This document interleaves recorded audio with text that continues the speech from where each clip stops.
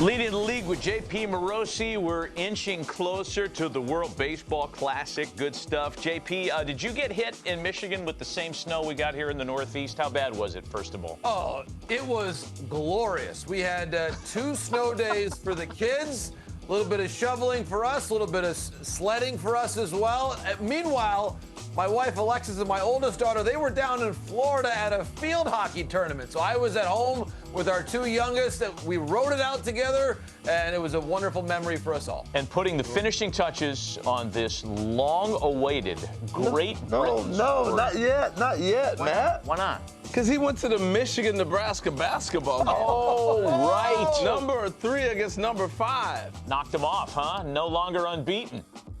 I got to tell you guys, amazing atmosphere at Chrysler on a weekday night. I was very impressed by the Cornhuskers and Coach Hoiberg and his team. They were missing a couple key contributors, so to only have a 3-point loss to one of the best teams in the country, very impressed by both sides. Michigan State on Friday. I want to see as many Big Ten teams as possible in the Final Four this season. We are in the Big Ten world these days. Yeah. Sorry, SEC. And the money. All right, let's get to the World Baseball Classic. Let's get to some baseball here and this Great Britain story. We talk about teams like nation teams like Great Britain, and the subset for me is, oh, cute story. Do they have a chance to compete here? What are we looking at realistically? Well, they definitely have a chance to compete, Matty. And you think back to the last World Baseball Classic, Great Britain made their WBC debut, played actually pretty competitively against Team USA in their first game, but this was the one that they're still talking about in Great Britain. That is the Jaden Rudd double, the Harry Ford home run. Great Britain was able to defeat Team Colombia. That win allowed them to qualify for this World Baseball Classic, now with a new manager, Brad Marcelino, who actually has represented Great Britain internationally himself as a player. His father, Oscar, also played for Team GB. And here's what Brad Marcelino told me during the winter meetings about the development of baseball in Great Britain. I think back personally to '99 when I first played for the program, all the way to my last year in 2012. Now, here as a staff, as a country, the momentum is a big deal, right? And I think now it's a matter of us putting it all together, making sure that we're understanding we're here to win. But we definitely had press from the Times, from the news, from different politicians within the UK. I think it just, schools are picking up on it, right? Like you covered, the Harry story. And then all of a sudden Harry was kind of known then, and then all of a sudden he exploded on the scene, and different elementary schools and different teachers and students were picking up on this. So I think it kind of took a life of its own. Wow. What a great family story, the Marcelino. So there on the left is Brad's father, Oscar, who was playing for the national team in the 1980s. He had moved along with Brad's mother from the Philippines to Great Britain in 1975, and then eventually going to the U.S. In the middle, though, that is Brad Marcelino hitting in Enfield in Great Britain as a kid around 1989. And then on the far right is Brad's son, Clayson. Brad has 2 sons, Clayson and Easton. They might also represent Team GB at the international level, too. That was Clayson throwing out the first pitch at the 2017 WBC qualifier, and there are the Marcelinos along with Brad's wife, Joanna. So this has become truly, guys, a family story. Harry Ford, there he is with Brad. And you get a sense for what this tournament means, not just for the teams like the U.S. and Japan, for whom it is gold medal or bust, but the WBC as a way to grow the game. And Brad was on the coaching staff when Great Britain won that game against Colombia at the last Classic, which, again, you had English school kids dressing up as Sir Harry Ford the next day in classrooms in London or around England because they had been watching what was happening in this new sport in Phoenix. And guys, I love making this point that there are some early examples of literature in which there's a belief, Matt and Harold, that baseball, not just rounders, but baseball itself was actually invented in Great Britain in the 19th century get before me coming started. over. And I'm telling you, it's the story that baseball was actually born in Britain and then immigrated here They're to the gonna U.S. revoke your Oh, American boy, card. be careful, man. Be careful, JP. Yeah, you're gonna get blasted online for that. The American sport. All right, listen. So let's go to Japan. who's It's the also American claiming- support that's been perfected in Japan. Yes. Yeah. Exactly. Who's claiming it is now their sport. But Yeah. look, I was watching on the network the other day. I forgot about the 2009 WBC and Ichiro had the big knock. He hadn't hit the whole series and came up with the base hit to drive in two to win it. So we watched Ichiro. In that same series, Darvish did his thing. We watched the last one, Ohtani did his thing. So what's next for Japan as we get ready to take them on? Come on, Team America, D-Row. That's Talk right, to Harold. me. Well, of course, Team Japan has won this tournament more than any other nation. Internationally, they've long been the #1 ranked team, not just in the World Baseball Classic, but in other WBSC events. And who can forget the way that last tournament ended? Of course, that classic game, Murakami the home run. On the mound, you had Darvish, you had Ohtani closing it out. The famous conclusion there, the then Angels teammates, Ohtani and Trout. This, though, is the next generation. For so many years, this has been where the next Japanese star has been found. Well, now we see so much Japanese talent in MLB that roughly a third of the Samurai Japan roster are already names that we know. Ohtani, Yamamoto, Suzuki is back in the Classic. Kikuchi, Murakami, of course, now the new member of the White Sox. Yuki Matsui in the bullpen. Kazuma Okamoto, who just signed with the Jays. And Tomoyuki Sugano, who is the godson of Hara, the longtime manager and star player in Japan. So Sugano is still unsigned. But you'll have roughly a third of Team Japan's roster already having arrived to Major League Baseball. So they've got the WBC title to defend. Of course, the Taiwanese national team, though, they're the reigning champions in the Premier 12. They actually defeated Team Japan in the finals of that one. So there's a lot of different, I think, tasks there for Team Japan to show they are still the world's #1, even as D-Row is building an American team for the ages. I think Team Japan... Okay, so let me jump in here, JP. Let me jump in. For Team USA. Go ahead. So one name missing, Roki Sasaki. Is he pitching with Team Japan? Because I think he's the guy that's going to bust out this time. We have not seen Sasaki announced yet. That is still a question, Harold. We are awaiting the final roster announced in a week, which will be, by the way, on MLB Network. So there's still some intrigue about exactly who is going to be on Team Japan's roster for all the rest of the spots.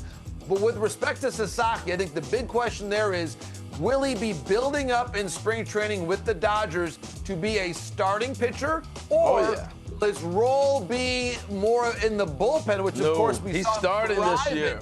And that, to me, Harold, so again, I think you're right. He's going to be a starting pitcher, building him up. And if he's not on Team Japan for the Classic, I would say the reason is that he wants to be in Glendale and building up those innings to be able to start. Okay, one thing I want to throw at you. So the U.S. is doing the same thing, but we may have guys in camp that we bring along the way. Japan has that same right as well, right? So he could actually miss the first round or so and join them when they came to America playing in Miami. Is that possible? Yes. H, that has been, and we have seen that come along. It's been called the designated pitchers pool. Remember that from the last couple of Classics? Yes. You can at times add and change your roster in between rounds. And so again, Team Japan opens over in Japan. They host the first round. I think it stinks. They would then come over to Florida for the quarterfinals if, as we expect, they qualify for the quarterfinals. Yeah. So it is possible that there could be an adjustment to the roster if you leave a couple spots open to be able to add someone for that quarterfinal round and beyond. So stay tuned there. If Roki I look is for in that to happen. Well, I look for that to happen as well. Harold, you've got good sourcing and information on the WBC rosters, my friend. Well done. I've been around it. A chance to play for your country and then get into the conga line and win it all and meet Harold Reynolds afterwards. Everybody would have signed it in blood. That's right. They would have signed it in blood. JP, good stuff. What are you working on for later in the week that we might be able to kick down the road for another week or two in terms of storylines? So here we go. One more classic storyline for you. Nolan Arenado has played twice before, and he has plans to play for a new country in the Classic this time around. So we'll tease that one. We'll get Nolan Arenado's plans next time. It's a teaser. You're fluent in Spanish, right? Yeah, he's fluent in Spanish. How could you not be excited for the WBC right around the corner? This tweet from Sean Spradling. 1 week from today, the final World Baseball Classic rosters will be submitted by all 20 countries. Sean covers international baseball, locked into the upcoming World Baseball Classic, a WBC content creator and reporter, and he's kind of to join us right now. Sean, Team Japan announced their roster over the weekend. What was your biggest takeaway from the defending champions roster? I mean, just how stacked they still are. It doesn't matter what year it is. Every generation of Samurai Japan just seems to be head and shoulders above the rest of the international baseball world. I mean, you look at like their success at the on the international stage, and they can go 5 years without losing a single game, and they're still just as strong as ever this year.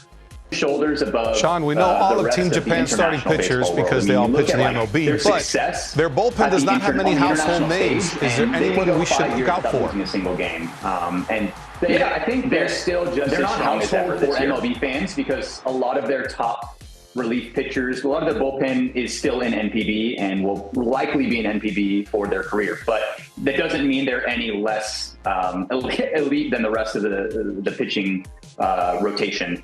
Because you got guys like Taisei, he goes by Taisei, his name's Taisei Ota. I love the players that just go by that one name like Ichiro. But he played in 2023 for Samurai Japan, played for the Yomiuri Giants. He has that sidearm, like that low sidearm slot from the right side. Fastball in the upper 90s, up to 100. Last year before the season, 100 NPB players voted on who had the best fastball in NPB, and he won. So, I mean, he's dominant. I do love people who do go by one name. Prince, Cher, Kramer, all the greats do that. Adnan. Yeah, it's just Adnan. That's it. Chandler Rome reported today Carlos Correa, Sean, would not play in the WBC for Yadi Molina's team, Puerto Rico. It's interesting, as far as Correa is concerned, his comments specifically, I'm definitely upset because I've been preparing really hard this offseason to get better this year and be ready early so I can be ready for the WBC. I also understand the business side of things, and that's too big of a risk to take to play with no insurance. What was the reasoning for this? Yeah, I mean, it's frustrating, I think, for fans to see insurance be the reason why a national team is not at full strength. Because for me, it's like one thing if the player decides for personal reasons not to play, but then when fans see like my national team's not going to be full strength because of insurance, it's a little bit of a hard pill to swallow. I know that in that same article that Chandler Rome put out, that he said that MLB and the MLBPA agreed on an insurer to analyze every player that was playing in the WBC, and I guess that insurer decided that he was not fit to play. But as you can imagine, players like Correa, when they're preparing all offseason, they start ramping up early, and then all of a sudden they find out that they're not playing. That can be pretty frustrating. Sean, on another note, O'Neal Cruz, he's announced he's playing for Team Dominican Republic. Where does he fit in that roster? Yeah, I mean, it's crazy because, like, if you look at that lineup, he's probably going to be coming off the bench. Like, that's how you know how strong a team is when you got, like, guys like Junior Caminero and O'Neal Cruz both able to hit 30, 40-plus bombs, and they're not even starting. I mean, it's pretty much dream team scenario for their offense. It's more the pitching that I think is the biggest question because you have a lot of guys that might be having insurance issues or might be kind of back and forth on if they want to play. Pretty much all the Dominican guys want to play. It's more just like getting that final approval from all the parties. That outfield is ridiculous, by the way. I mean, Tatis, Soto, and Julio Rodriguez. Wow. Nolan Arenado committed to Puerto Rico. Sean, how does he fit into their lineup?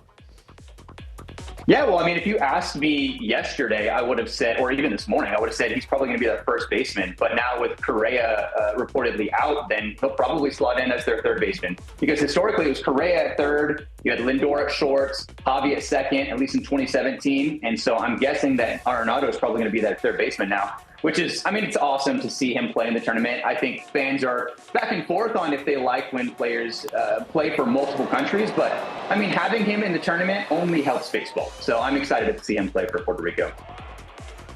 Okay, last but not least, what's left with Mark DeRosa? What does he have on his checklist to get ready for this Classic? I mean, we're getting down to the last handful of roster spots. We're pretty full if you look at the full projected roster. I think if you were to ask most WBC and Team USA fans, there's one glaring player that everyone wants to see kind of round out this roster at the end of the announcement, and it's Mike Trout. If you look at the DNA of that 2023 team, it was such a pivotal moment when Mike Trout committed in the summer of 2022, because then it was the ripple effect from there. You had Bobby Witt Jr., you had Mookie Betts, you had everybody committing after him. He was that one core piece holding the team together. And at the end of the 2023 WBC, after they lost to Japan, he was very clear. He said in the press conference at the end, he said, they won round one and we'll be back. So I think everybody's holding out hope that he's still going to be announced on this roster, and I think he'd be the perfect last piece for that lineup. We shall see if it happens. WBC content and creator, Sean Spradling. Can I interest you in perhaps a thumb war or an arm wrestle with John Morosi to see who really is the biggest WBC fan?